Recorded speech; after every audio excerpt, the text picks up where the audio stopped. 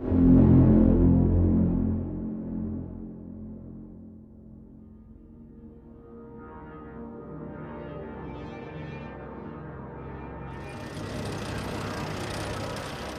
different time, a different era, a time of war and of risks, of survival and fear. The Russian had invaded. Afghanistan was at war.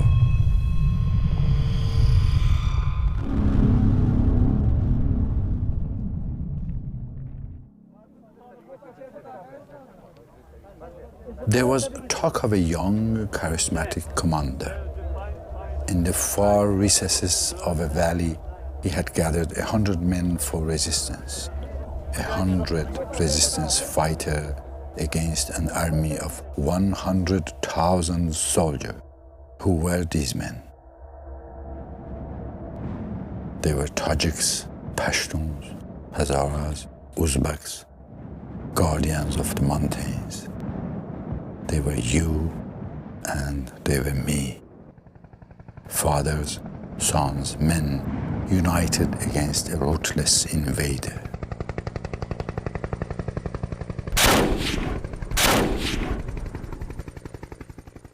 Each one has a story to tell. The children of Bokkat village are academic orphans. I was their teacher. I left my students behind to avenge my friend. One more death in this messy war. I gather myself, I pray. But this is not a battle fought in the name of God. No, just a story of friendship and freedom. My name, Kial, means dream. I'm 20 years old. I've been in the resistance for 3 years already. Today the mood is solemn. My group of Mujahideen is preparing to attack Kabul. The Russian helicopters overhead are on the lookout for any movement, any light. But tonight, I'm celebrating love. A few days ago, I got married. Despite the danger, in the darkness of the night, it's a moment of celebration.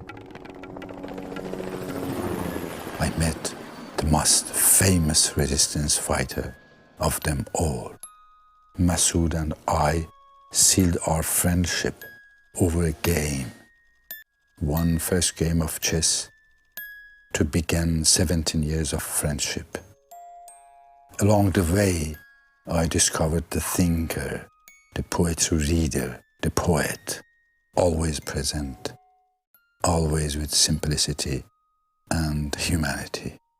But the helicopters kept hovering, men kept dying, bombs kept falling on the valley. That day, we escaped to the shelter of a cave, a moment suspended in time, a moment to share. I asked Masoud, how do you see your country's future? Ever the visionary, he sensed it already. The retreat of the powerful Russian army, the first cracks in the Berlin Wall and the Soviet bloc, the taking of Kabul, the moment for resistance fighters to lay down their weapons, take up their pens and reconstruct their country through democracy, together with the people. Masoud is not fond of political power. The tribal leaders, though, are. Masoud returns to his valley almost alone. He carries with him the memories of dead friends, traitors, cowards. The country turned apart is easy prey for the Taliban. It's a time of terror and deception. The struggle continues. Masoud still believes rare are the men at his side. In their natural fortress, they carry on doing what they had never ceased to do. They develop strategies to continue fighting, to help the displaced. And they pray right up to their death.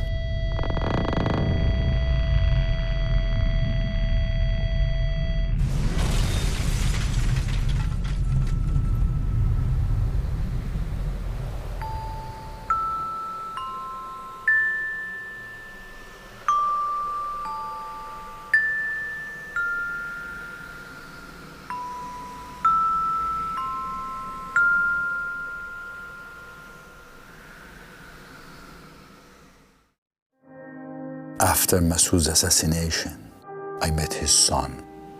The people wanted to make him their leader. He said that his father had passed on to him a resistance based on thought and knowledge, not with weapons. The fight for freedom and peace is deeply rooted within the entire Afghan people.